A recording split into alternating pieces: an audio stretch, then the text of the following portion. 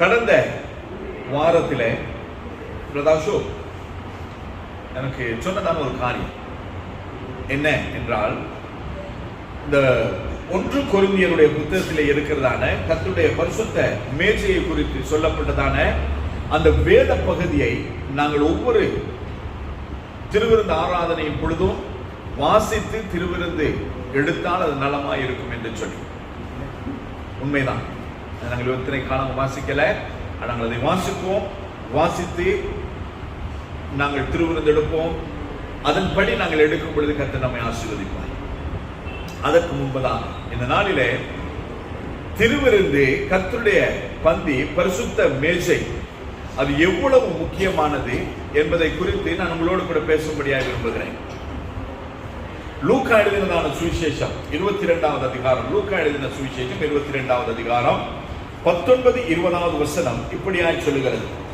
பின்பு அவர் அப்பத்தை எடுத்து ஸ்தோத்திரம் பண்ணி அதை பிட்டு அவர்களுக்கு கொடுத்து, இது உங்களுக்காக கொடுக்கப்படுகிற என்னுடைய சரீரமாயிருக்கிறது, என்னை நினைவு கூறும்படி இதை செய்யுங்கள் என்றார். போஜனம் பண்ணின பின்பு அவர் அந்தப்படியே பாத்திரத்தையும் எடுத்து, இந்த பாத்திரம் உங்களுக்காக சிந்தப்படுகிற என்னுடைய இரத்தத்தினாலாகிய புதிய உடன்படிக்கையாயிருக்கிறது என்றார். ஆண்டவராகிய இயேசு கிறிஸ்து 2000 வருஷங்களுக்கு முன்பதாக கல்வாரியிலே தன்னுடைய இரத்தத்தை சிந்தி சரீரத்தை ஒப்பு கொடுத்து நமக்காய் பலியானார். எல்லாருக்கும் தெரியுமா? தெரியுமா தெரியாது? தெரியுமா தெரியாது? கேட்கும் பொழுது ஏதாவது பதில் சொல்லணும்.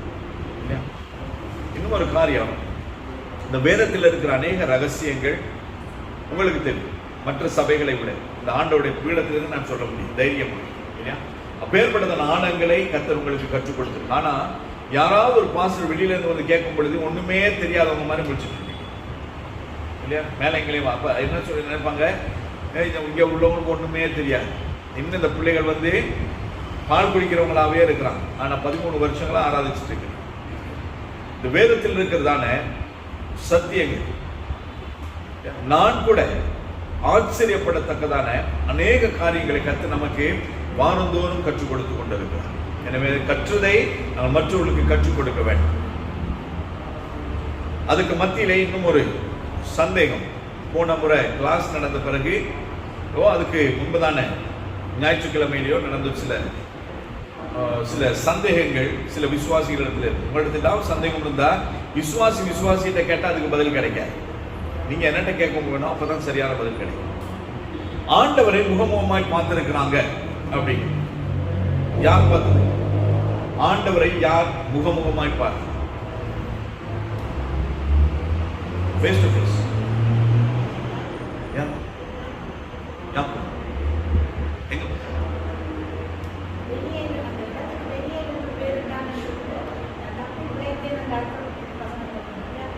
ஆமா, சொல்லப்படுகிறது.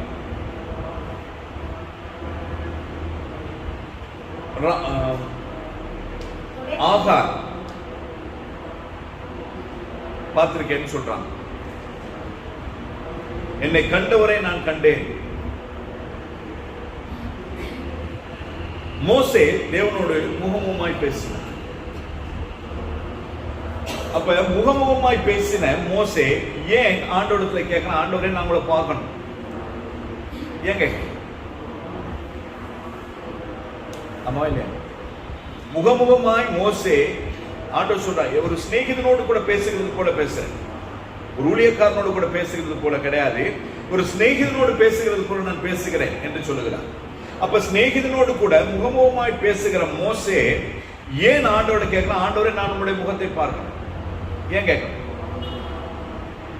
ஆபிரகாம் 3 பேர் வராங்க, சோதோம் குமாரை அழிக்க போகிறதுக்கு முன்புதான் ஆபிரகாம் இடத்துல வராங்க. ஆபிரகாம் பேசு,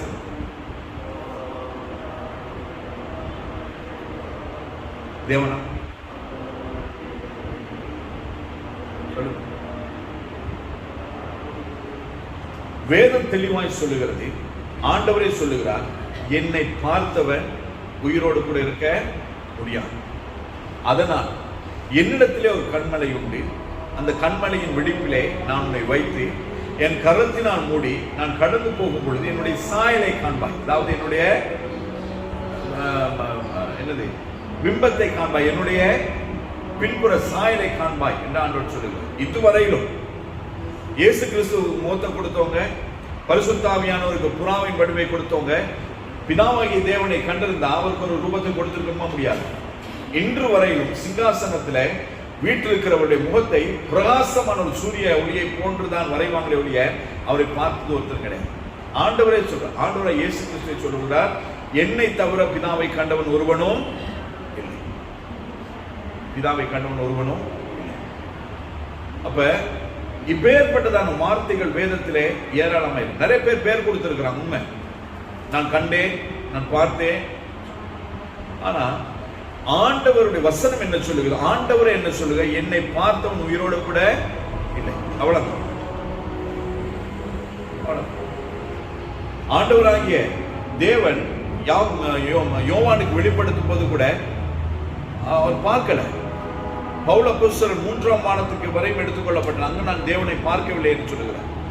பரிசுத்த வேதாகமத்தில் முக்காவாசி புஸ்தகம் எழுதினவர் அவர் தான், புதிய ஏற்பாட்டில் அவரே சொல்லுகிறார். எனவே பேர்பட்டதான காரியங்கள், தர்க்கங்கள் அநேகம். உயிர்த்த இயேசு கிறிஸ்துவே சீஷர்களுக்கு அடையாளம் தெரியவில்லை. அவருடைய மகிமையின் ரூபம் இல்லை. அவரோடு கூட பேசிக்கொண்டு போன பொழுதிலும் கூட அவரை இயேசு கிறிஸ்து தான் என்று சொல்லி அறியவில்லை என்பதாய் வேதம் சொல்லுது. சரி, இது உங்கள் எல்லாருக்கும் தெரியும்படியாய் நான் சற்று தெளிவுபடுத்தினேன். இதையும் தாண்டி உங்களுக்கு கேள்வி இருக்கும் சொன்னா உங்களுக்கு நான் இன்னும் தெளிவுபடுத்த வாஞ்சியுள்ளவனாய் ஆயத்தமாய் இருக்கிறேன். அல்லேலூயா.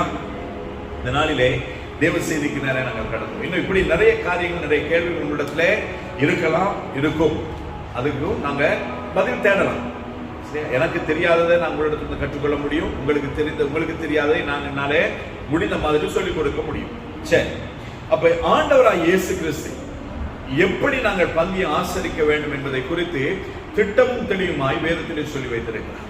பரிசுத்த பந்தியை எப்படி ஆயத்தப்படுத்த வேண்டும் என்பதை, அதில் நாங்கள் எப்படி பங்கு கொள்ள வேண்டும் என்பதை வேதத்திலே தெளிவாய் சொல்லி வைத்திருக்கிறார். இதே வேத பகுதிகளை நாங்கள் மத்தேயு எழுதின சுவிசேஷம் 26வது அதிகாரம் 26 தொடங்கி 28வது வசனத்திலும் குறிப்பெடுக்கிறவர்களுக்காய் நான் சொல்லுகிறேன். மத்தேயு எழுதின சுவிசேஷம் 26வது அதிகாரம் 26 தொடங்கி 28வது வசனங்கள், மார்க் எழுதின சுவிசேஷம் 14வது அதிகாரம் 22 தொடங்கி 24வது வசனம், மார்க் 14 22 தொடங்கி 24 வரையிலும் இந்த பரிசுத்த பந்தியை குறித்து இயேசு கிறிஸ்து சொன்ன வேத பகுதி எழுதப்பட்டிருக்கிறது. இன்னும் தெளிவாய் அதை குறித்து நீங்கள் பார்க்க வேண்டுமானால் யோவானுக்கு எழுதின சுவிசேஷம் 6வது அதிகாரம் 48 தொடங்கி 58வது வசனம் வரையிலும் நீங்கள் வாசிக்க முடியும். அதிலே 48வது வசனம் சொல்லுகிறது, ஜீவ அப்பம் நானே. யோவான் எழுதின சுவிசேஷம் 6வது அதிகாரம் 48வது வசனம் சொல்லுகிறது, ஜீவ அப்பம் நானே. அதுக்கு பின்பதாக அநேக தர்க்கங்கள் உண்டு. அதை வாசிக்கும். யாராவது ஒருவர் எடுத்தவர்கள் சத்தமாய் வாசிக்க அந்த காரியங்களை நான் உங்களுக்கு தெளிவுபடுத்த முடியாம விரும்புகிறேன். ஜீவ அப்பம் நானே. உங்கள் பிதாக்கள் வனாந்தரத்திலே மன்னாவை புசித்து மரித்தார்கள். இதிலே புசிக்கிறவன் மரியாமல் இருக்கும்படி வானத்திலிருந்து இறங்கின அப்பம் இதுவே. நானே வானத்திலிருந்து இறங்கின ஜீவ அப்பம். இந்த அப்பத்தை புசிக்கிறவன் என்றென்றைக்கும் பிழைப்பான். நான் கொடுக்கும் அப்பம் உலகத்தின் ஜீவனுக்காக நான் கொடுக்கும் என் மாம்சமே என்றார். அப்பொழுது யூதர்கள், இவன் தன்னுடைய மாம்சத்தை எப்படி நமக்கு புசிக்க கொடுப்பான் என்று தங்களுக்குள்ளே வாக்குவாதம் பண்ணினார்கள். அதற்கு இயேசு அவர்களை நோக்கி, நீங்கள் மனுஷகுமாரனுடைய மாம்சத்தை புசியாமலும் அவருடைய இரத்தத்தை பானம் பண்ணாமலும் இருந்தால் உங்களுக்குள்ளே ஜீவன் இல்லை என்று மெய்யாகவே உங்களுக்கு சொல்லுகிறேன். மறுபடியும் அதற்கு இயேசு அவர்களை நோக்கி, நீங்கள் மனுஷகுமாரனுடைய மாம்சத்தை புசியாமலும் அவருடைய இரத்தத்தை பானம் பண்ணாமலும் இருந்தால், நீங்கள் மனுஷகுமாரனுடைய அப்பத்தை சரீரத்தை புசியாமலும் அவருடைய இரத்தத்தை பானம் பண்ணாமலும் இருந்தால் உங்களுக்குள்ளே ஜீவன் இல்லை உங்களுக்குள் ஜீவன் இல்லை என்று மெய்யாகவே மெய்யாகவே உங்களுக்கு சொல்ல. ஆண்டவராக இயேசு கிறிஸ்து தன்னுடைய சரீரத்தை நமக்கு விட்டு கொடுத்தார். நிறைய பேர் நிறைய விதமான அப்பங்களை பயன்படுத்துகிறார்கள். சிலர் ஓஸ்ட் எடுத்து யூஸ் பண்ணுவாங்க, சிலர் பிஸ்கட் எடுப்பாங்க, சிலர் பிரெட் எடுப்பாங்க. ஆனால் நாம் என்ன செய்கிறோம்? தனி மாவு, உப்பு கூட சேர்க்காத மாவினால் நாங்கள் அப்பத்தை நாங்கள் பிட்டு நாங்கள் ராபோஜனத்துக்கு பயன்படுத்துகிறோம். ஏனென்று சொன்னால் வேதத்தை நாங்கள் பார்க்கும் பொழுது அந்த அப்பம் புளிப்பில்லாத அப்பம் என்பதாய் வேதம் சொல்லுகிறது. புளிப்பில்லாத அப்பம். அந்த பாஸ்கா அன்றுதான் ஆண்டவராய் இயேசு கிறிஸ்து தன்னுடைய இந்த புதிய உடன்படிக்கை ஆண்டவர் ஏற்படுத்தினார். ஒரு சுவிசேஷத்தை நீங்க வாசிக்கும் பொழுது முதலாவது ஆண்டவர் பாஸ்காவை ஆசரித்து அதற்கு பின்பதாக இந்த புதிய உடன்படிக்கை ஆகிய இந்த புதிய அப்பத்தையும் அவருடைய இரத்தமாகிய ரசத்தையும் நமக்கு கொடுக்கிறதை நாங்கள் பார்க்க முடியும். சரி, அப்ப முதலாவது ஆண்டவர் என்ன செய்தார்? பாஸ்காவை நினைவு கூர்ந்து பாஸ்காவை ஆசரித்து அதற்கு பின்பதாய் அவருடைய இந்த புதிய உடன்படிக்கையை ஏற்படுத்துகிறதை நாங்கள் வேதத்திலே ஒரு சுவிசேஷத்திலே வாசிக்க முடியும். நீங்கள் அதை தேடி வாசித்து பார்த்துக் கொள்ளுங்க. சரியா? ரைட். ஆண்டவர் என்ன சொல்லுகிறார்? என்னுடைய சரீரமாகிய இந்த அப்பத்தை புசித்து என் இரத்தமாகிய இந்த பானத்தை பானம் பண்ணாதவன் என்ன செய்ய முடியாதா? அவனுக்கு ஜீவன் இல்லை. அப்ப ரட்சிக்கப்பட்ட ஒவ்வொரு மனுஷனும், ரட்சிக்கப்பட்ட ஒவ்வொரு ஸ்திரியும் மூழ்கி ஞானஸ்தானம் எடுத்து தேவனுடைய பரிசுத்த பந்தியை நாங்கள் ஆசரிக்காவிட்டால், அதை ஆசரிக்க வேண்டிய விதத்திலே நாங்கள் அனுசரிக்காவிட்டால் நம்மிடத்தில் ஜீவனும் இருக்காது. நாங்கள் நித்திரைக்கும் பாத்திரவான்களாய் மாறிவிடுவோம் என்பதை நாங்கள் மறந்து போகக்கூடாது. ஏதோ ஒரு கடமைக்காக நாங்கள் எடுத்துட்டு போக முடியாது. ஏதோ ஆண்டவர் கிருபையா இருக்கனால இன்னைக்கும் அதை எடுத்து நாங்கள் ஜீவனோடு கூட இருந்து கொண்டிருக்கிறோம். ஆண்டவர் அந்த நியாயப்பிரமாணத்தின் தேவன் இருப்பார் என்று சொன்னால் நாங்கள் தகுதி இல்லாமல் நாங்கள் அவருடைய மேசையை ஆசரிக்கிறது நிமித்தமாய் நாங்கள் என்ன செய்வோம்? நாங்கள் மரித்து போயிருந்திருப்போம். ஆனால் கர்த்தர் கிருபையாய் இருக்கிறார். என்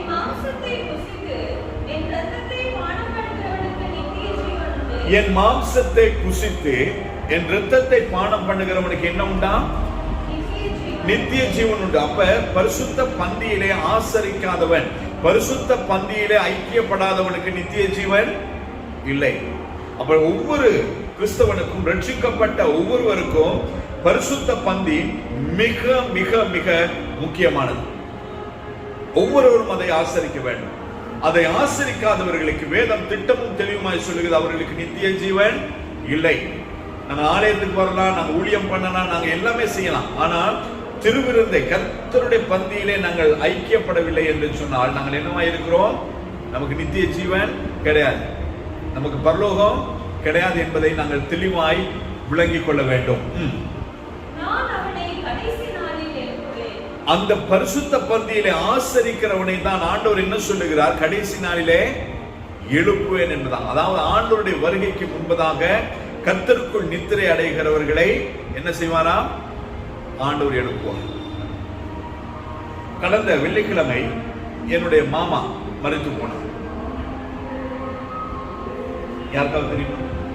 ஒருத்தருக்கு சொல்ல. எனக்கு இருந்த ஒரே ஒரு தாய் மாமன், என்னுடைய அம்மாவினுடைய சகோதரன். அம்மாவுடைய குடும்பத்திலே ஒரு சகோதரன், ஒரு ஆண், 5 பெண்கள். அம்மா 3வது. அப்ப அவங்களுக்கு இருந்த ஒரே ஒரு அண்ணன், அவரே என் மாமா. என்மையில சரியான விருப்பம். நான் எப்போ போனாலும் கடைசி நாட்களில் அவர் கொஞ்சம் மென்டல் ஆயிட்டார். அவரை குறித்து நான் ஏற்கனவே நான் சொல்லியிருக்கிறேன் என்று நான் நம்புகிறேன். நோரெலியாவில் தியோலின்னு சொல்லி ஒரு தியேட்டர் இருந்தது. அந்த தியோலி தியேட்டருக்கு சொந்தக்காரர் அவர். பல வருஷங்கள், அதாவது நான் சிறுவனாயிருக்கும் பொழுது யாரு நம்முடைய கிருவப்போட இருக்கும் பொழுது அவர் என்ன பண்ணிருக்கிறார்னா, கரண்ட் இல்லாத நேரம் அவர் தியேட்டர்ல இருந்து வீட்டுக்கு வரும் வரைக்கும், அப்ப ஸ்ட்ரீட் லைட்லாம் அவ்வளவு பெருசா இருக்காது, எங்க ஒரு பல்ப் பத்தி இருக்கும். அவரு ரூபா நோட்டை 10 வச்சுக்கிட்டு வீட்டுக்கு வந்திருக்கிறார். அந்த அளவுக்கு கொஞ்சம் இருக்கிற மனுஷன். என்ன இருக்கிறது மனுஷன்? திமுரு, கொழுப்பு இருந்த மனுஷன். நம்ம ஆட்சி சமைச்சு கொடுக்கிற சாப்பாட்டுல சாப்பாட்டுல ஒரு கருப்பரிசி இருந்துச்சு. சில முன்ன இப்பதான் எல்லாம் பொலிஷ் பண்ணி அப்படி இப்படி கருப்பரிசி எல்லாம் இப்ப இருக்கிறது கிடையாது. ஆனா முன்ன அரிசிகள்ல கண்டிப்பா ஒரு கருப்பரிசி இருக்கவே இருந்தே ஆகும் இல்லையா? அப்ப அப்பேற்பட்டதான ஒரு கருப்பரிசி சோர்ல இருந்துச்சு சொன்ன என்ன ஆகுமா? பிளேட் பறக்குமா, வீட்டுக்குள்ள ஃபிளைங் சோசர். இப்படியெல்லாம் இருந்தவர் கடைசியில அவருடைய சொந்த, அதாவது சொந்தம் இல்லை, சித்தப்பா பெரியப்பா பிள்ளைகளினாலே சூனியம் செய்யப்பட்டு கடைசியில் அவர் மென்டல் ஆயிட்டார்.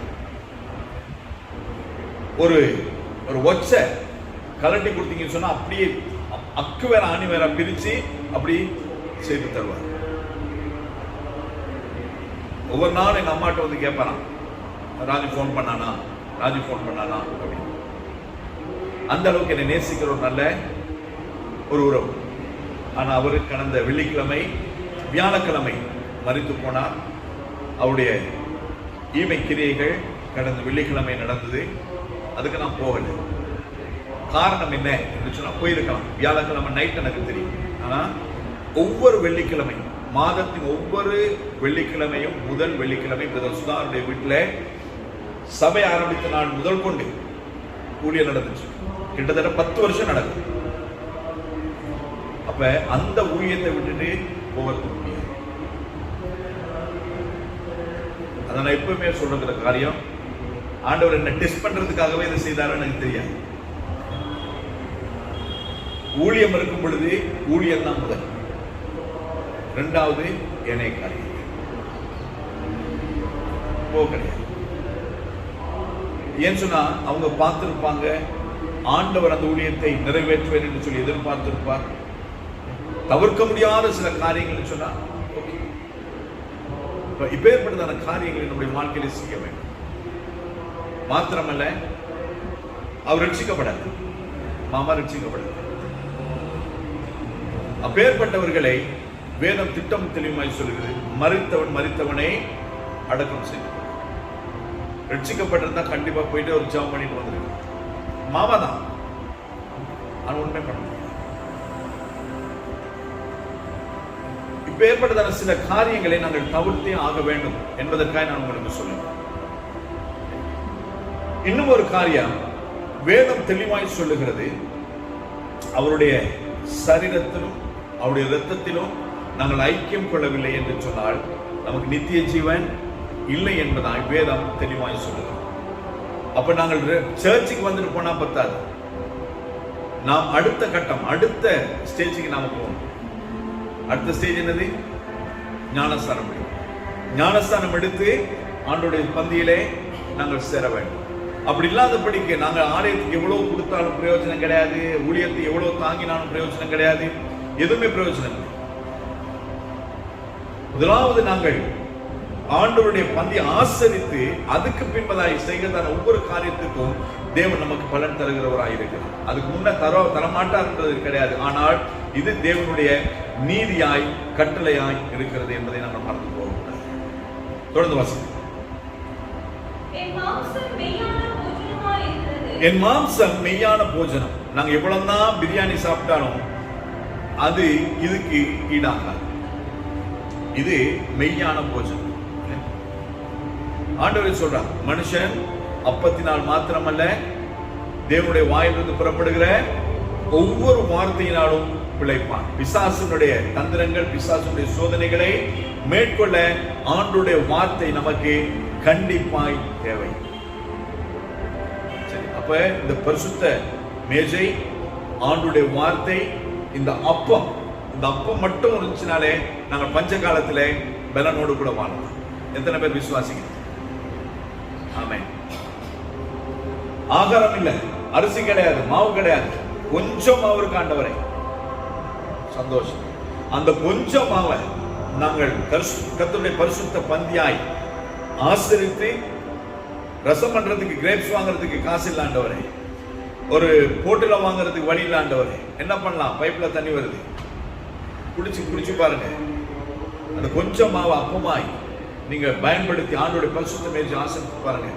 அந்த நாள் முழுவதும் தேவ பலத்தினால் உங்களை நிரப்பலாம். அநேக தேவ மனுஷர்களை நான் பார்த்திருக்கிறேன். அவர்கள் இந்த பரிசுத்த பந்தியோடு கூட மாத்திரம் அவர்கள் ஜீவன் வாழ்கிறதை ஜீவன் வாழ்கிற சாட்சிகள் ஏராளம் ஏராளம். சரி, பஸ். என் இரத்தம் மெய்யான பானமாயிருக்கிறது. என் இரத்தம் மெய்யான பானமாயிருக்கிறது. என் மாம்சத்தை புசித்து என் இரத்தத்தை பானம் பண்ணுகிறவன் என்னிலே நிலைத்திருக்கிறான். ஆண்டவருடைய வசனம் என்ன சொல்லுங்க? என்ற மாம்சத்தை புசித்து இரத்தத்தை பானம் பண்ணுகிற என்ன செய்கிறானா? ஆண்டவரிலே நிலைத்திருக்கிறான். அப்ப நாம் நிலைத்திருக்க வேண்டுமானால் என்ன செய்ய வேண்டும்? அவருடைய பரிசுத்த பந்தியை நாங்கள் ஆசரிக்க வேண்டும். பரிசுத்த பந்தியை நாங்கள் அனுசரிக்க வேண்டும். அதை நாங்கள் கடைபிடிக்க வேண்டும் என்பதாய் ஆண்டவராய் இயேசு கிறிஸ்துவே தன்னுடைய வாய்களினாலேயே சொல்லி இருக்கிறார். ஆண்டவர் சொன்ன, நானும் அவனிலே நிலைத்திருப்பேன்.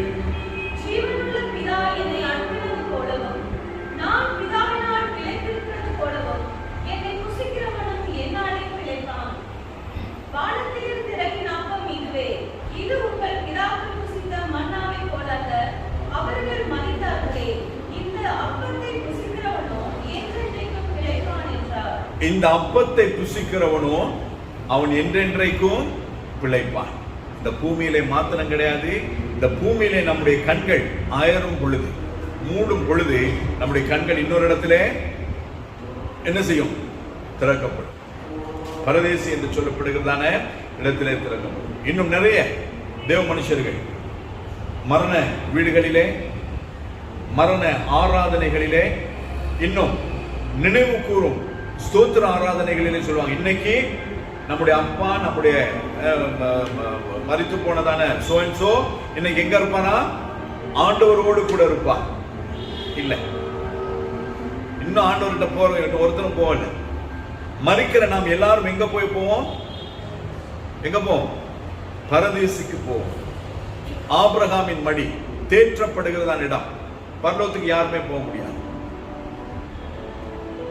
ஆண்டவராய் இயேசு கிறிஸ்துவினுடைய வருகையிலே எடுத்துக்கொள்ளப்படுகிறவர். ஆண்டவருடைய இயேசு கிறிஸ்துவின் வருகையின் பொழுது எக்காலம் சத்தம் கேட்டு முதலாவது கிறிஸ்துவுக்குள் மரித்தவர்கள் எழுந்திருப்பார்கள். அடுத்தது நாமும் மறுரூபமாவோம் என்று வேதம் தெளிவாய் சொல்லுகிறது. அப்ப முதலாவது கிறிஸ்துவுக்குள் மரிக்கிறவர்கள் மூழ்கி ஞானஸ்தானம் எடுத்து கர்த்தருடைய பரிசுத்த பந்தி ஆசரித்து ஆண்டவருடைய நீதியை நிறைவேற்றி கிறிஸ்துவுக்குள்ளாய் மரிக்கிறவர்கள் முதலாவது எழுந்திருப்பார்கள். அடுத்தது நாமும் மறுரூபமாகும். அப்பதான் பரலோகத்துக்கு போகும். அப்பதான் மற்றவங்களுக்கு என்ன நடக்கும்? வெள்ளை சிங்காசன நியாயத்தீர்ப்பு, 7 வருஷம் உபத்திரவ காலம், மகா உபத்திரவ காலம், அதுக்கு பிறகு அர்மகெதோன் யுத்தம், அதுக்கு பிறகு 1000 வருஷ அரசாட்சி, அதுக்கும் பிறகுதான் வெள்ளை சிங்காசன நியாயத்தீர்ப்பு, அதுக்கு பிறகுதான் நன்மை தீமை விசாரித்து ஆண்டவர் பரலோகத்திலே எல்லாரையும் சேர்த்துக் கொள்வார். அதுவரைக்கும் ஒருத்தருக்கு பரலோகம் கிடையாது.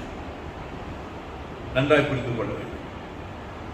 நிறைய தேவ மனுஷர்களே வார்த்தைகளினால் சொல்லுகிற காரியம் என்ன? இன்னைக்கு எங்க அப்பா, இன்னைக்கு இந்த விசுவாசி, இன்னைக்கு இந்த மூப்பர் பரலோகத்தில் இருப்பார். வார்த்தைக்கு விரோதமான போக முடியாது.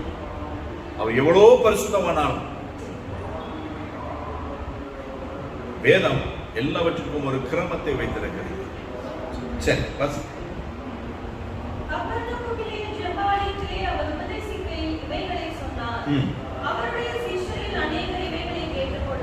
அவருடைய சீஷர்களில் அநேகர் இவைகளை கேட்ட பொழுது இது கடினமான உபதேசம் என்று சொல்லி அவரை விட்டு போய்விட்டார்கள். இது கடினமான உபதேசம். நம்மிடத்தில் வந்தவர்கள் ஏராளம், போனவர்கள் அதைவிட ஏராளம். வந்தவர்களிலே வார்த்தையின்படி வாழ தங்களை ஒப்பு கொடுத்து சிலர் மாத்திரம் இன்று வரைக்கும் இருக்கிறோம்.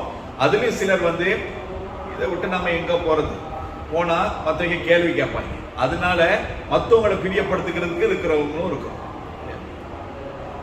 தேவனை மாத்திரம் பிரியப்படுத்து. தேவன் போக சொன்னா போயிடும். அவ்வளவுதான். நாளைய தினத்திலே தேவன் வந்து ஊழியத்தை கொடுத்துட்டு நீ வேற இடத்துக்கு போன்னு சொன்னா நான் விட்டுட்டு போயிடுவேன். ஏன்னு சொன்னா இது கர்த்தருடைய ஊழியம், நான் அவருக்காக ஊழியம் செய்கிறேன். அப்ப ஆண்டவருடைய இந்த உபதேசத்தை, இந்த கடினமான உபதேசத்தை கேட்க முடியாதபடி, பின்பற்ற முடியாதபடி, அதன்படி ஜீவிக்க முடியாத அநேக யாரு யார் போனது? ஆண்டவரை விட்டு போனது யாரு? சீஷர்கள், விசுவாசிகள் போல. அவளது அப்பம் புசிக்க வந்தவர்கள் அவரது அற்புதத்தை எதிர்பார்த்து வந்தவர்கள், அவரிடத்தில் நன்மைகளை பெற்றுக்கொள்ளும்படியாய் வந்தவர்கள் போகவில்லை. மாறா யார் போனது? சீஷர்கள், அவரை பின்பற்றினவர்கள், அவரோடு கூட இருந்தவர்கள் அவரை விட்டு போய்விட்டார்கள். அதுக்கு பின்பதாக ஆண்டவர் அந்த 12 பேரை கூப்பிட்டு கேட்கிறார், நீங்களும் போய்விட மனதுள்ளவர்களாய் இருக்கிறீர்கள். அப்ப பேதுரு சொல்லுங்க, ஆண்டவரே உம்மை விட்டு நாங்கள் எங்க போவோம்? ஜீவ வார்த்தை உம்மிடத்தில் அல்லவா இருக்கிறது என்று சொல்லுகிறார். அப்ப ஆண்டோடைய வார்த்தை என்ன சொல்லுகிறதோ அதை நம்முடைய வாழ்க்கையிலே நாங்கள் பின்பற்றும் பொழுது, அதை நாங்கள் கடைபிடிக்கும் பொழுது, அதற்கு கீழ்ப்படிய நம்மை ஒப்புக் கொடுக்கும் பொழுது கர்த்தர் நம்மை ஆசீர்வதிக்கிறவராய் இருக்கிறார். அப்ப முதலாவது, தேவன் நம்மை ஆசீர்வதிக்க வேண்டுமானால் நாம் தேவனுடைய வார்த்தைகளுக்கு கீழ்ப்படிய வேண்டும். அப்ப நீங்க கேட்கலாம், உலகத்தில் இருக்கிற எல்லாரும் கிறிஸ்தவர்களை காட்டிலும் நம்மை காட்டிலும் ஆசீர்வாதமாய் இருக்கிறார்களே அப்படின்னு. ஆண்டவர் என்ன சொல்லுகிறார்? உண்மைதான். ஆண்டவர் சொல்லுகிறார், இதோ உலகத்தின் அதிபதி. யாரு உலகத்தின் அதிபதி? யாரு? பிசாசு. இதோ உலகத்தின் அதிபதி வருகிறான். அவனுக்கு என்னிடத்திலிருந்து எடுத்துக் கொள்கிறதுக்கு ஒன்றுமே கிடையாது. வீடு கிடையாது, பணம் கிடையாது, வாகனம் கிடையாது, எதுவுமே கிடையாது. ஆண்டவர் சொல்லுகிறார், முயல்களுக்கு நரிகளுக்கு வலையும் குழிகளும், ஆனால் மணமகனுக்கோ தலை சாய்க்க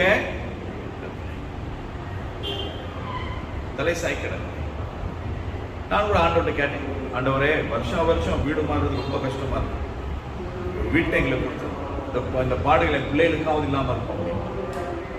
கொடுத்தா அவன், கொடுக்கலனா அல்லேலூயா, வேற ஒன்றுமே செய்ய முடியாது. ஆண்டவர் என்ன சொல்லுகிறாரு? மணமகனுக்கோ தலை சாய்க்க இடமில்லை. வானத்தையும் பூமியும் உண்டாக்கின சர்வ வல்லமையுள்ள தேவன், ஒரே பேரான குமாரன், நம்முடைய ரட்சகர், மணவாளனே என்ன சொல்லுகிறார்? தலை சாய்க்க படுக்கிறதுக்கு கூட எனக்கு இடமில்லை அப்படின்னு பேமெண்ட்ல படுத்தவர் தான் நம்முடைய ஆண்டவர். இல்லையா? போற வர நேரத்துல கப்பல்ல போட்ல படுத்தவர். அதனால அதை சொல்லி நான் தேடிக்கிட்டேன். பரவாயில்ல ஆண்டவரே, உங்களுக்கே தலை சாய்க்கிறதுக்கு இடம் இல்லைன்னா நாம பரவாயில்ல, இதோ நமக்கு இருக்கிறதுக்கு ஒரு வீட்டை கொடுத்திருக்கிறீங்களே அது போதும் அப்படின்னு சொல்லி போயிட்டே இருக்கு. இப்ப வேதம் என்ன சொல்லுகிறது? தேவனுடைய வார்த்தைக்கு நாங்கள் கீழ்ப்படிந்து அந்த வார்த்தைப்படி நாம் வாழும் பொழுது தேவன் நம்மை ஆசீர்வதிப்பார். அந்த ஆசீர்வாதம் தேவனே தருகிறபடினாலே அந்த ஆசீர்வாதத்தினால் வேதனை கிடையாது. வேதனை கிடையாது. உலகத்தில் இருக்கிறவர்களுக்கு பெரிய வீடு இருக்கு, பெரிய வீடு, ஆனா தூக்கம் இல்லை. அன்னைக்கு கூட நான் பிரதரோட யாரோட பேசுறேன், பெரிய வீடு இல்லையா, ஆனா தூக்கம் இல்லை. ஏசி மெட்ரஸ் வந்து ஸ்ப்ரிங் பெட், ஆனா அதுல கூட தூக்கம் கிடையாது. ஆனா நமக்கு விழுற இடத்துல தூக்கம் போயிருது. அதான் ஆண்டோடைய சமாதானம், ஆண்டோடைய கிருபை. கர்த்தருக்கு பிரியமானவனுக்கு சுகமான நித்திரையை கட்டளை கொடுக்கிறார். அதனாலே நிறைய பேர் சர்ச்சில் வந்து தூங்குறது. ஏன்? ஆண்டவருக்கு பிரியமான பிள்ளை, அதனால ஆண்டோடைய சமூகத்தில் வந்த பிறகு நல்ல தூக்கம். எனக்கு ஆண்டோடைய சமூகத்தில் வந்து தூக்கக்கூடாது. இங்க ஆண்டோடைய சமூகத்துக்கு வர்றது விழித்திருக்கும் முடியாது. ஆண்டவருக்கு 1 மணி நேரமாகிலும் என்னோட கூட விழித்திருந்து ஜெபம் பண்ணணும். ஆண்டவருக்கு ஜெபம் பண்ணணும். அப்ப இந்த பரிசுத்த பந்தி என்று சொல்லுகிறது ஒவ்வொரு கிறிஸ்தவனுக்கும் மிக மிக முக்கியமானது ஒன்று. அதை நாங்கள் எடுக்கிறது மாத்திரமல்ல, அதை எடுக்கும் பொழுது வேதம் என்ன சொல்லுகிறதோ அதன் பிரகாரமாய் நாங்கள் எடுக்க வேண்டும். எடுத்த பின்பதான் எப்படி வாழும்படியாய் வேதம் நம்மிடத்தில் எதிர்பார்க்கிறதோ அதன் பிரகாரமாய் நாங்கள் வாழ வேண்டும் என்பதை நாங்கள் கருத்திலே வைத்துக் கொள்ள வேண்டும். சரியா? 1 கொரிந்தியர் 11வது அதிகாரம் 23 தொடங்கி 32வது வசனம் வரை நாங்கள் வாசிக்கும் பொழுதே பரிசுத்த பந்தியை ஆசரிக்கும் முறையை நாங்கள் அதிலே பார்க்க முடியும். 1 கொரிந்தியர் 11வது அதிகாரம் 23வது வசனம் தொடங்கி 32வது வசனம் வரையிலும் நாங்கள் வாசிக்கும் பொழுதே பரிசுத்த பந்தியை நாங்கள் எப்படி ஆசரிக்க வேண்டும் என்பதை குறித்து அதிலே திட்டமும் தெளிவுமாய் எழுதப்பட்டிருக்கிறது. அதன் பிரகாரம் தான் நாம் வாழ வேண்டும், அதை ஆசரிக்க வேண்டும். ஆனால் இதை யார் சொன்னது? பரிசுத்த பவுல் சொல்லுகிறார், நான் தேவனிடத்திலிருந்து கேட்டு பெற்றுக்கொண்டதை நான் உங்களுக்கு சொல்லுகிறேன். அப்ப இயேசு கிறிஸ்துவே சொல்லி இருக்கிறார், அவருடைய இரத்தத்தை நாங்கள் பானம் பண்ண வேண்டும், அவருடைய சரீரத்தை மாம்சத்தை அப்பமாய் நாங்கள் புசிக்க வேண்டும் என்று சொல்லி ஆண்டவராய் இயேசு கிறிஸ்துவே தன்னுடைய வாயினாலேயே திருவுளம் பெற்றிருக்கிறார். அதை பவுல் அப்போஸ்தலன் இயேசுவிடத்திலிருந்து கேட்டு சபைக்கு சொல்லுகிறார். சபை மக்கள் இப்படிதான் பரிசுத்த பந்தியை ஆசரிக்க வேண்டும், பரிசுத்த பந்தியை இப்படிதான் ஆசரிக்க வேண்டும் என்று சொல்லி 1 கொரிந்தியருடைய புத்தகத்திலே நாங்கள் அதை வாசிக்க முடியும். அதை நாங்கள் திருவிருந்துக்கு போகிறதுக்கு முன்பதாய் அதை நாங்கள் தெளிவாய் வாசிப்போம். ஆனால் சில காரியங்களை நான் உங்களுக்கு ஆங்காங்கே காண்பிக்கும்படியாக விரும்புகிறேன். அதை நாங்கள் எப்படி ஆசரிக்க வேண்டும் என்று சொல்லி தெளிவாய் சொல்லப்பட்டிருக்கு. தேவநாமம் மகிமைப்படும்படியாக கடந்த வாரத்திலே நான் ஒரு காரியத்தை சொன்னேன். என்ன சொன்னேன்? என்ன சொன்னேன்? எத்தனையோ சொல்றீங்க பாஸ்டர், இப்ப என்னத்தை சொல்றீங்க அப்படின்னு சிலர் கேட்பீங்க. போன வாரத்துல எத்தனையோ சொன்னீங்க, ஆனா அதுல இப்ப எதை சொல்றீங்கன்னு எனக்கு எப்படி தெரியும்? முக்காட்டை குறித்து சொன்னேன். அந்த வார்த்தையை நான் அதை என்னது ரொம்ப பிரஸ் பண்ணி சொல்லல, நீங்க முக்காடு போடணும்னு சொல்லல. ஆனால் வார்த்தைக்கு கீழ்ப்படிந்து ஒரு ஸ்கார்ஃப் வாங்கிட்டு வந்து யாரு சிஸ்டர் கோயிலா போட்டிருக்கிறார். கர்த்தவங்களை ஆசீர்வதிப்பார். வார்த்தைக்கு கீழ்ப்படிந்து நாங்கள் செய்யும் பொழுது அதற்கேற்ற பலன் தேவனிடத்திலிருந்து நம்மால் ஒன்று சொல்ல வேண்டியது என்னுடைய கடமை, கேட்க வேண்டியது தெரிவிப்பது நாங்கள், தீர்மானிப்பது நீங்க. காணிக்கை பெட்டி வலதுபுறத்தில் ஒரு காணிக்கை பெட்டி இருக்கு. உள்ள வரும் பொழுது வலதுபுறத்தில், ஆலயத்துக்குள் வரும் பொழுது காணிக்கை பெட்டி வலதுபுறமாய் வைக்கப்பட்டிருந்தது என்று சொல்லி என்னைக்கு நான் வேதத்தில் வாசித்தனோ அன்னைக்கு செய்து ஒரு பெட்டி மாட்டியாச்சு. அதுல காணிக்கை போடுறது போடாது உங்க விருப்பம். ஆனா வசனம் என்ன சொல்லுகிறது? ஆலயத்திலே வலதுபுறத்திலே காணிக்கை பெட்டி இருந்தது என்று சொல்லப்படுகிறது. அது வச்சு பலிபீடத்தை குறித்து, பிரசங்க பீடத்தை குறித்து வேதத்தில் நாங்கள் வாசிக்கிறோம். சாலமோன் பிரசங்க பீடத்தை செய்து அதன் மீது இருந்து பேசினான், அவனுடைய வார்த்தையை பேசினான் வாசிக்கிறோம். வேதத்தில் சொல்லப்பட்ட காரியங்களை நாங்கள் ஒவ்வொன்றாய் நாங்கள் செய்து கொண்டிருக்கிறோம். அதனால் கர்த்தர் நம்மோடு கூட இருக்கிறார், நம்மை ஆசீர்வதிக்கிறார். இதை தாண்டி ஆண்டவர் என்னென்ன காரியங்களை சொல்லுகிறாரோ அந்த காரியங்களை நாங்கள் செய்யும் பொழுது அதற்கேற்ற காரியங்களை கர்த்தர் நமக்கு கொடுத்தார்.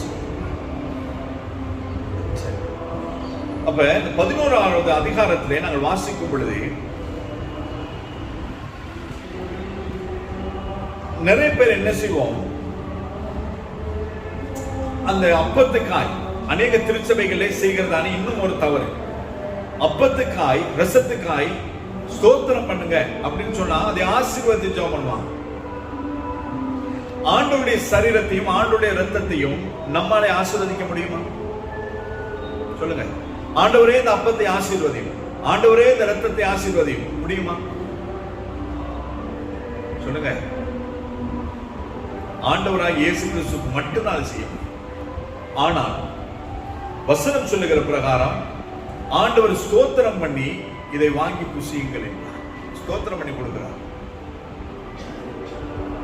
ஆண்டவர் எனக்காய் சிந்தின, எனக்காய் விட்டு கொடுத்த அவருடைய ரத்தத்துக்காய் அவருடைய சரீரத்துக்காக என்ன செய்ய முடியும்?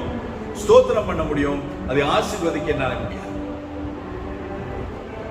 ஆசீர்வதிக்க முடியாது. நிறைய பேர் செய்கிற ஒரு பெரிய தவறு அது. அதனாலதான் சில நேரங்களில் நாங்க அப்பத்துக்காய் இதுக்காக நாங்க ஜெபம் பண்றதே கிடையாது.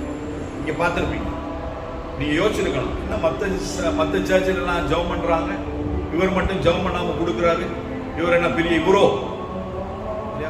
என்னது? அதையும் தாண்டி சொன்ன இவர் என்ன பெரிய பருப்போ அப்படின்னு கேட்க ஒண்ணும் கிடையாது. வசனம் என்ன சொல்லுகிறது? ஸ்தோத்திரம் பண்ணணும், ஸ்தோத்திரத்தோடு கூட புசிக்க வேண்டும். ஏன் என்று சொன்னால் நாங்கள் புசிக்கிறது, நாங்கள் உட்கொள்ளுகிறது யாருடைய சரீரம்? கிறிஸ்துவுடைய சரீரம். நாம் பானம் பண்ணுகிறது யாருடைய ரத்தம்? கிறிஸ்துவுடைய ரத்தம். அப்ப எனக்காய் எங்களுக்காய் இந்த முழு உலகத்துக்காய் சிந்தப்பட்ட அவருடைய ரத்தத்துக்காய் பிடிக்கப்பட்ட அவருடைய சரீரத்துக்காய் நாங்க ஆசீர்வதிக்க முடியாது. அதை நாங்கள் ஸ்தோத்திரம் பண்ணி பவ்யமா பயபக்தியோடு வேதம் சொல்லுகிற பிரகாரம் எடுத்து உட்கொள்ள வேண்டும். இந்துக்கள் தீர்த்தம் குடிப்பாங்க, பார்த்திருக்கீங்களா? இந்துக்கள் பஞ்சாமிர்தம், தீர்த்தம் இதெல்லாம் எப்படி தெரியும் பாக்குறீங்களா? நானும் பூசை பண்ணேன், ஆனா இந்து கிடையாது. மூளை என்னது, என்ன சொல்லுவாங்க, அது மூளை விற்கிற கடவுள் வரை நான் போயிட்டு வந்திருக்கேன். நான் கற்றுக்கொண்டது இந்து கல்லூரி. அந்த இதுல நாங்க ஒவ்வொரு சரஸ்வதி பூசைக்கும் இந்துக்களை கூப்பிடுறாங்களோ இல்லையோ என்ன கூப்பிடுறாங்க. ஏன்? பாட்டு பாட, மற்றபடி சாமி தூக்க, பூஜை பண்றதுக்கு ஐயருக்கு ஹெல்ப் பண்ண. இங்க பூசைக்கும் ஹெல்ப் பண்ணிருக்கிறேன். எங்க கத்தோலிக்க திருச்சபையில அங்க கோயில்லையும் அர்ச்சகருக்கு உதவி பண்ணிருக்கேன், தட்டு பிடிச்சிருக்கிறேன். அதெல்லாம் பிடிச்சதுனாலதான் கர்த்தர் பக்தி உள்ளவனை தனக்கென்று தெரிந்து கொண்டே அவருக்காக ஊழியம் பண்ண முடியாது தெரிந்திருக்கிறார். உள்ள போயிட்டு வரும். அப்ப அதை எடுக்கும் பொழுது அவருக்கு எவ்வளவு பயபக்தியோடு கூட இருப்பாங்க. எத்தனை பேர் காலையில குளிச்சு சேர்ச்சுக்கு வந்தீங்க? கேட்கக்கூடாத கேள்வி மாஸ்டர். எல்லாருமே குளிச்சிருப்பீங்க. ஆனாலும் இந்துக்கள் எவ்வளவு குளிரார்கள், பௌத்தர்கள் எவ்வளவு குளிரார்கள், என்ன செய்வாங்க? குளிச்சுட்டு போவாங்க. ஆனா நாம அப்படி கிடையாது. மாஸ்டர் எங்க பார்க்கிறார், ஆண்டவர் எங்க பார்க்கிறார், ஆண்டவர் உடம்பையா பார்க்கிறார், இருதயத்தை அல்லவா பார்க்கிறார். அப்படி நாம என்னது அதிநீதிமான்களாய் பேசுவோம். குளிங்க குளிக்காம அதை பத்தி பிரச்சனை கிடையாது. ஆனால் நான் எதை சொல்லுகிறேன், அவர்கள் அவருடைய தெய்வம் இல்லாத தேவனை எப்படி ஆராதிக்கிறார்கள் என்பதை நான் சொல்லுகிறேன். இவ்வளோ பவியமா வாங்கி குடிச்சிட்டு அது என்னது சீனி போட்டிருப்பாங்க, பால் எல்லாம். ஆனா சீனி எல்லாம் யாராவது தலையில தடுவாங்களா? சீனியை யாராவது தலையில தடவுவாங்களா? அவங்க என்ன செய்வாங்க? ஆனா நம்ம ஆளுங்க கப்புல கொடுத்தா, ஒரே கப்புல, இப்ப கொரோனானால கொடுக்கறது கிடையாது இல்ல, முன்ன ஒரே கப்புல கொடுப்போம். கொடுக்கும் பொழுது நான் பார்த்திருக்கிறேன். ஏன் சொன்னா அங்க பூசை பண்ணும் பொழுது நாங்க தட்டு வைக்கிறது என்னது, அந்த அந்த அப்பம் கீழே விழாதபடிக்கு நாங்க தட்டு பிடிப்போம். நம்ம ஃப்ரெண்ட்ஸ் யாராவது வந்தாங்கன்னா கழுத்தோட சேர்த்து பிடிக்கிறது. ஆனா பூசைக்கு தான் உதவி பண்றோம். ஆனா அதுலயும் என்னது வாழ் வேலை, கழுத்தோட சேர்த்து பிடிக்கிறது. இப்படி போவாங்க பின்னுக்கு, அதுல நமக்கு ஒரு குஷி. ஆனா எல்லாரும் இந்த இந்த இதுல நாங்க எல்லாரும் பானம் பண்ணும் பொழுது சிலர் என்ன செய்வாங்க, ரொம்ப சுத்தக்காரங்க, இந்த பக்கம் குடிச்சா இப்படி திருப்பி கொடுப்பாங்க. சரியா? அவங்க வாய் வச்ச இடத்துல இவங்க வாய் வைக்க கூடாது. அதனால நான் அவங்களுக்கு கொடுக்கும் பொழுது எப்படி கொடுப்பேன்? திருப்பி கொடுப்பேன். அப்ப அவங்க திருப்பினாலும் வாய் வைக்கிறது எங்க? நான் செய்ததுதான் உங்களுக்கு சொல்றேன். ஆண்டோடைய மேசையிலிருந்து பொய் சொல்லப்படாது, அதனால உண்மையை சொல்றேன். அப்ப இந்த பக்கம் குடிச்சதுனால என்ன செய்வாங்க, பக்கத்துல உள்ள இதுல குடிச்சிருக்குது, அதனால நாம திருப்பி குடிப்போம். அப்படின்னு இப்படி குடிப்போம். நான் என்ன செய்வேன், அவங்களுக்கு கொடுக்கும் போதே இப்படி திருப்பி கொடுப்பேன். அப்ப குடிக்கும் போது எப்படி குடிப்பாங்க இல்லையா? நீங்களே இவ்வளவுனா உங்களை மேய்க்கிறனா எவ்வளவு இருக்கணும் இல்லையா? ஆனால் ஆண்டவர் என்ன சொல்ற, நம்ம எல்லாரும் ஒரே சரீரமாயிருக்கும். இதுலயே நாம சுத்தி சுத்தி குடிக்கும் பொழுது நாங்க எப்படி ஒரே சரீரமாயிருக்கும்? யோசிச்சு பாருங்க. சின்ன காரியம் தான், ஆனால் இந்த சின்ன காரியம் அது எவ்வளவு பெரிய ஒரு காரியத்தை மாற்றுகிறதா இருக்கிறது.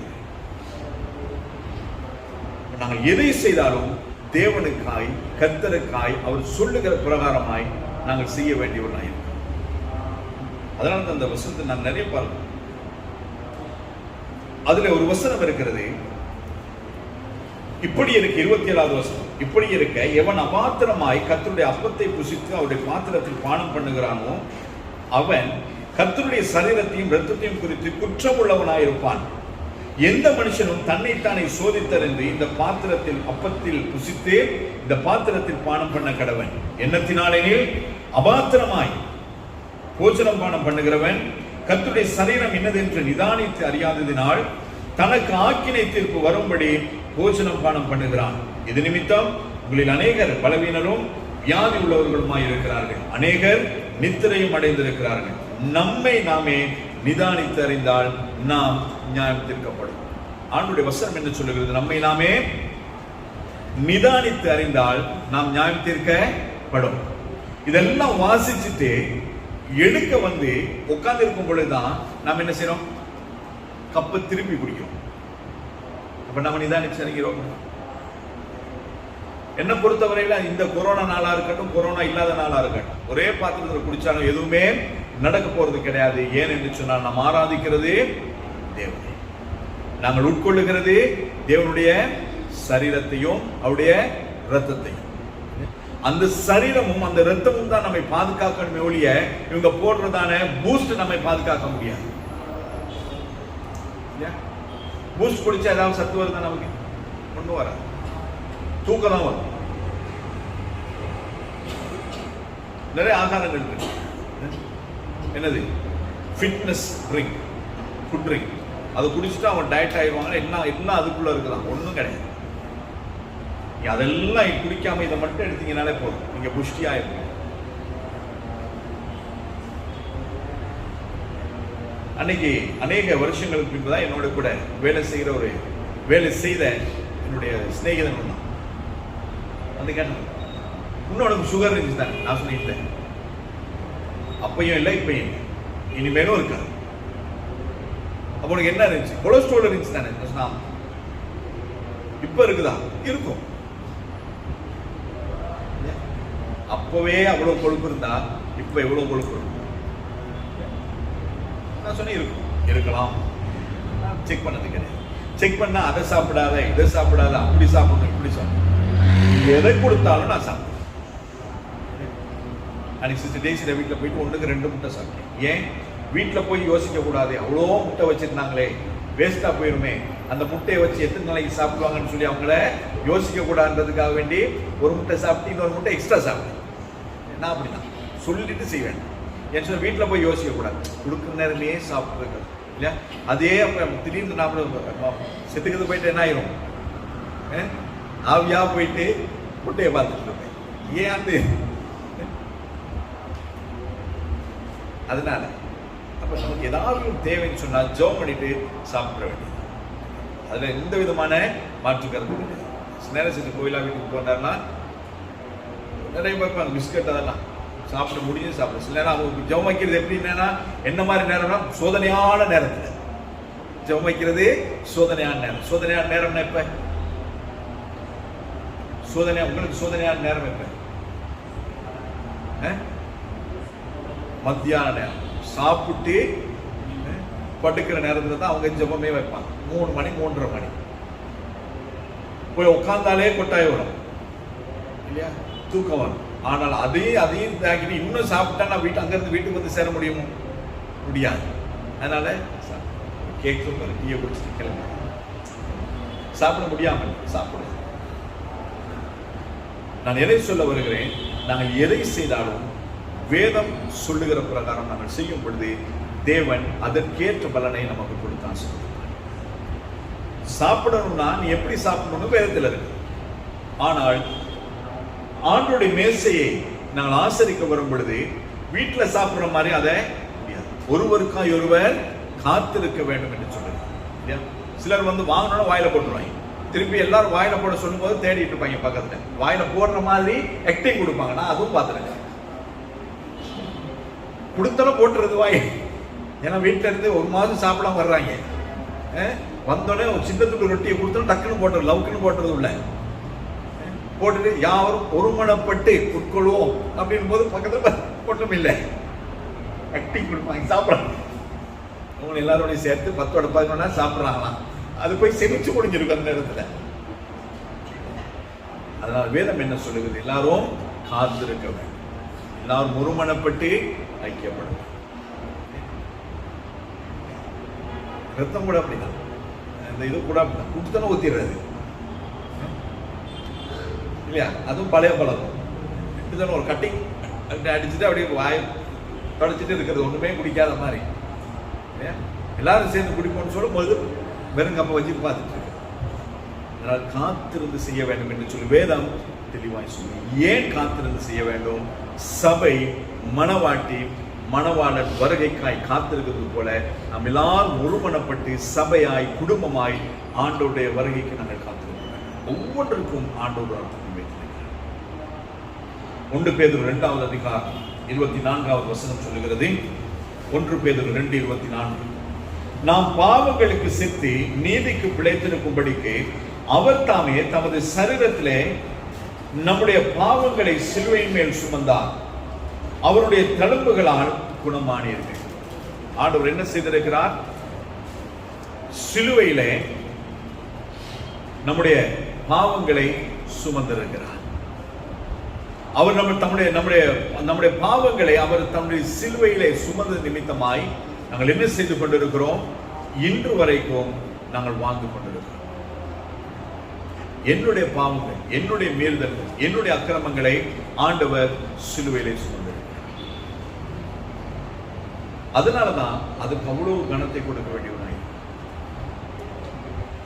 கத்தோலிக்க திருச்சபையில பாத்தீங்கன்னு சொன்னா அவங்க நற்கருணை எழுந்தேற்றம் பண்ணி வைப்பாங்க. அதுல போயிட்டு திருமணத்தியாலம் செய்வாங்க. 1 மணி நேரம் ஜெபம் பண்ணுவாங்க. அதுக்கு முன்பதாயிரம். ஏன்? எதற்காக? கர்த்தர் தன்னையே நமக்காய் கொடுத்திருக்கிறார். ஆண்டவர் தன்னுடைய ஜீவனையே எனக்காய் கொடுத்திருக்கிறார். அதனால் அவருக்கு முன்பதாய் நான் போயிருந்து ஆண்டவர் மறிக்கிறது முன்பதாய் கேட்க 1 மணி நேரம் ஆகிடும். எனக்காக ஜெபிக்க முடியாது. அதனால தான் 1 மணி நேரம் திருமணத்தியாலங்கள் செய்கிறோம். நாங்க இந்த வருஷத்துல ஆண்டவர் நம்முடைய திருச்சபைக்கு சொன்னார், நாளைக்கு ஒவ்வொரு நாளும் ஜெபம் பண்ணணும். 2வது மாசம் 6வது நாளாச்சு, இன்னும் யாரும் 1 மணி நேரம் ஜெபம் பண்ணது கிடையாது. இந்த நாளிலே ஆராதனை முடிச்ச பிறகு நீங்க பேரை கொடுத்துட்டு போறீங்க. யார் யாரு ஒரு நாளைக்கு வந்து ஜெபம் பண்றீங்க? டெய்லி இந்த இடத்துல 1 மணி நேரம் ஆகிடும். யாராவது ஒருத்தர் ஒரு ஆள் ஜெபம் பண்ணா போதும். ஒரு நாளைக்கு 1 மணி நேரம் ஆகிடும். தேவன் அதற்கேற்ற பலனை நமக்கு தருவார். மத்தேயு எழுதின சுவிசேஷம் 20வது அதிகாரம் 28வது வசனத்திலே நாங்கள் வாசிக்கிறோம். மத்தேயு 20:28, அப்படியே மனுஷகுமாரன் ஊழியம் கொள்ளும்படி வராமல் ஊழியம் செய்யவும் அநேகரை மீட்கும் பொருளாக தம்முடைய ஜீவனை கொடுக்கவும் வந்தார் என்றார். ஆண்டவராய் இயேசு கிறிஸ்து இந்த பூமிக்கு எதற்காய் வந்தார்? ஊழியம் கொள்ளுவதற்காய் அல்ல. நான் ஊழியக்காரன், நீ என்ன பண்ணணும்? எனக்கு அதை செய்யணும், இதை செய்யணும். அதை செய்யும் பொழுது ஆசீர்வாதம். என்னுடைய சகோதரனுடைய திருச்சபை இருக்கிறது. அவருடைய திருச்சபையில சனிக்கிழமை வந்து எல்லா வாலிப பிள்ளைகளையும் சர்ச்சிலே தங்கிடுவாங்க. தங்கி ராத்திரிக்கு இதாகி காலையில ஆராதனைக்கு எல்லாம் ரெடியாகி ஜெபம் பண்ணி. ஆனா நமக்கு அப்படி கிடையாது. மாத்திரமல்ல, அவருடைய ட்ரெஸ், ஞாயிற்றுக்கிழமை போட வேண்டியதான ட்ரெஸ்ஸை கழுவி அயன் பண்ணி பிள்ளைகளுக்கு கொண்டாந்து. அதுக்காக நீங்க எங்க ட்ரெஸ்ஸை கழுவணும்னு நான் சொல்லல. ஏன் சொல்லுகிறேன்? அந்த அளவுக்கு தேவனுடைய மனுஷனை, தேவனுடைய ஊழியக்காரர்களை விசாரிக்கிறார்கள். அதை விசாரிக்கும் பொழுது அதன் ஆசீர்வாதம் நமக்கு வருகிறது. எலியா உயிரோடு கூட இருக்கும் வரைக்கும் ஏதாவது தீர்க்க தரிசனம் சொன்னான்? எலிசா உயிரோடு கூட இருக்கும் வரைக்கும் அவன் தீர்க்க தரிசியா? சொல்லுங்க. அற்புதம் நடந்ததா? அதிசயங்கள் நடந்ததா? அவருடைய வேலை என்ன? எலிசாவினுடைய வேலை என்ன?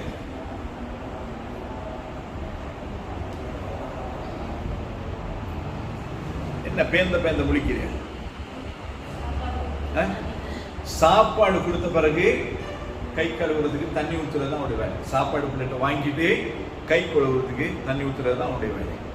ஆனால் எலியா செய்ததை காட்டிலும் இரட்டத்தனையான அற்புதங்கள், அதிசயங்கள், அடையாளங்கள் அவன் மூலமாக. அப்ப நாம் எதை கர்த்தருக்காய் செய்தாலும், எதை கர்த்தருடைய ஊழியக்காரனுக்காய் செய்தாலும் அதற்கேற்ற பலனை கர்த்தர் கொடுப்பார். நான் அனுபவித்திருக்கிறேன். அதனால சொன்னேன்.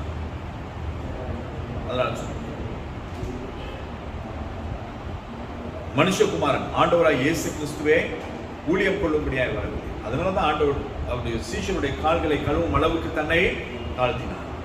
ஆனால் அவர் காலை கழுவுனதே சில சபைகளிலே உபதேசங்களாய் மாறிவிட்டது. காலை கழுவுனா தான் பரலோகம், அப்படி இல்லைன்னா பரலோகம் இல்லை. இப்போ காலை கழுவாத அமெரிக்காவில் லண்டன்ல வந்து காலை கழுவி திருவிருந்து கொடுக்க முடியுமா? அந்த கிளைமேட் வேறு சப்பாத்தை கட்டிட்டு இருந்தாலே வரைச்சு போயிடுவாங்க. அப்ப செய்ய முடியாத காரியம்.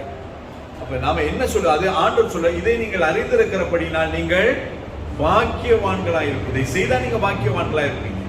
யோவான் எழுதின சுவிசேஷத்தில் ஆண்டவர் சொல்லுகிறார், கால் கழுவுனா நீங்க பாக்கியவான்கள். கால் கழுவி திருவிருந்தது. அதுக்காக கால் கழுவுனா தான் பரலோகம் என்கிற ஒரு உபதேசத்தை நாங்கள் கொண்டு வர முடியாது. நெட்டு போட்டா தான் பரலோகம் கிடையாது. ஆண்டவர் சொல்லுங்க, முக்காடு போட்டா பெண்கள் முக்காடு போடணும், ஆண்கள் முக்காடு போடக்கூடாது. அதை செய்யும் பொழுது 26வது அதிகாரம் மத்தேயு 26:30 சொல்லுகிறது, அவர்கள் ஸ்தோத்திர பாட்டை பாடின பின்பு ஒலிவ மலைக்கு புறப்பட்டு போனார்கள். ஆண்டவராய் இயேசு கிறிஸ்து அந்த பரிசுத்த பந்தியை ஆசரித்த பின்பதாய் அவர்கள் என்ன செய்தார்கள்? மத்தேயு 26:30 அவர்கள் ஸ்தோத்திர பாட்டை பாடின பின்பு ஒலிவ மலைக்கு போனார்கள். ஒலிவ மலைக்கு என்னதுக்கு போனாங்க? ஒலிவ மலைக்கு எதற்காய் போனார்கள்? எதற்காய் ஒலிவ மலைக்கு போனார்கள்? சொல்லுங்க சீக்கிரம். எதுக்கு போனாங்க? சுத்தி பார்க்கவா? எதுக்கு போனாங்க? எதுக்கு போனாங்க? எதுக்கு போனாங்க? எதுக்கு போனாங்க?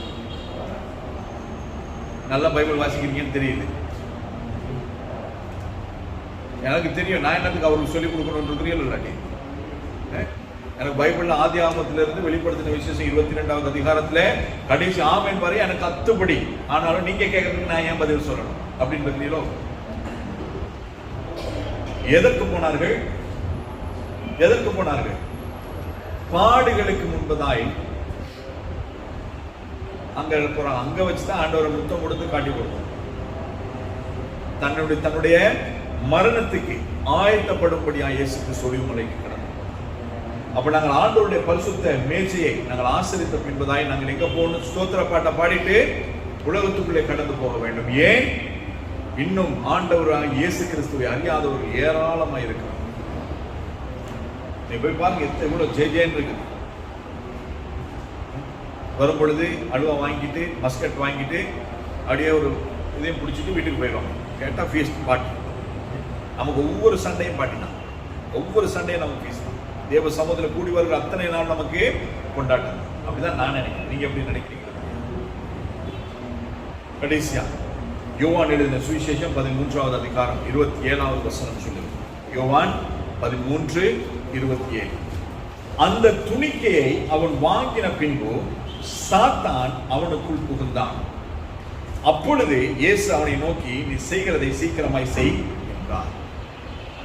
என்ன நடக்கிறது?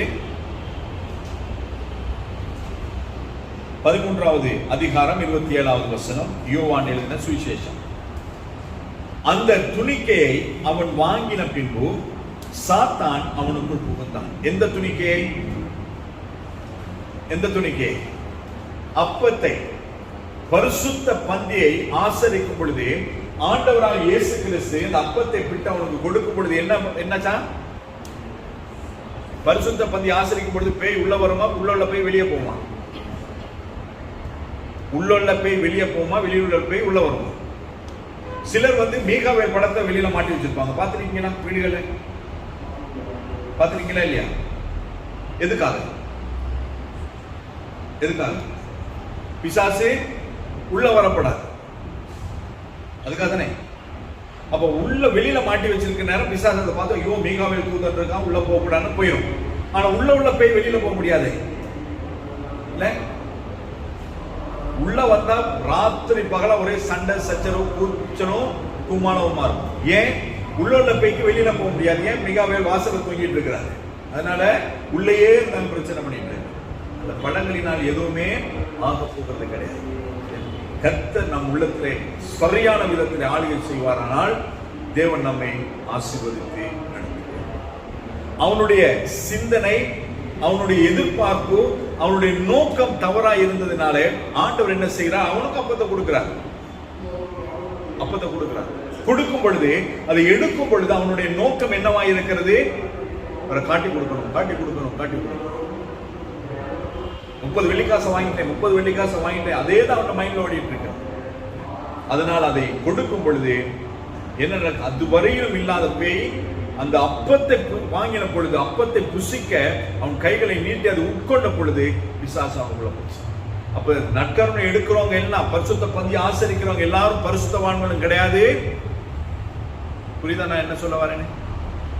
வேதம் சொல்லுகிற பிரகாரம், தேவன் எதிர்பார்க்கிற பிரகாரம் நம்மை நாமே நிதானித்து அறிந்தார், நம்மை நாமே ஆராய்ந்து பார்த்து நம்மை சரி செய்து கொண்டு ஆண்டவருடைய பரிசுத்த பந்தியை ஆசரித்தாலே ஒழிய நமக்குள்ள இருக்கிற பேய் வெளியிலேயும் போகாது, நமக்குள்ள பேய் உள்ளதான். பவ்யமா அப்படியே வந்து கையை கூப்பி வாங்கினதுக்கு சரி வராது. உண்மையான மன மாற்றம் இருக்க வேண்டும். உண்மையாய் தேவனுடைய சமூகத்தை நம்மை நம்ம ஒப்பு கொடுக்க வேண்டும். அப்பொழுது தேவன் நம்மை ஆசீர்வதிப்பார். ஹல்லேலூயா. எனவே இந்த வார்த்தை மிகவும் முக்கியம். ஆண்டவருடைய பரிசுத்த பந்தி மிகவும் முக்கியம். எனவே இந்த வார்த்தைகளுக்கு உங்களுடைய ஒப்பு கொடுங்கள். கர்த்தர் அந்த வார்த்தையின்படி அந்த திருவிருந்து எவ்வளவோ முக்கியம் என்பதை நீங்கள் அறிந்திருக்கிறீர்கள். எனவே அந்த திருவிருந்தை நீங்கள் உங்க குடும்ப ஜெபத்தில் கூட நீங்க செய்யலாம். அப்படி செய்யும் பொழுது தகுந்த ஆயத்தத்தோடு கூட நீங்க செய்ய வேண்டும். செய்யும் பொழுது கர்த்தர் உங்களை ஆசீர்வதிப்பார். ஹல்லேலூயா. எனவே திருவிருந்து, கர்த்தருடைய பரிசுத்த மேஜை மிக மிக மிக முக்கியமானது. அதை ஆசரிக்கும் பொழுது தேவன் எதிர்பார்க்கிற விதமாய், தேவன் சொன்ன பிரகாரமாய் நீங்கள் அதை ஆசரிக்க வேண்டும். கர்த்தர் உங்களை ஆசீர்வதிப்பார்.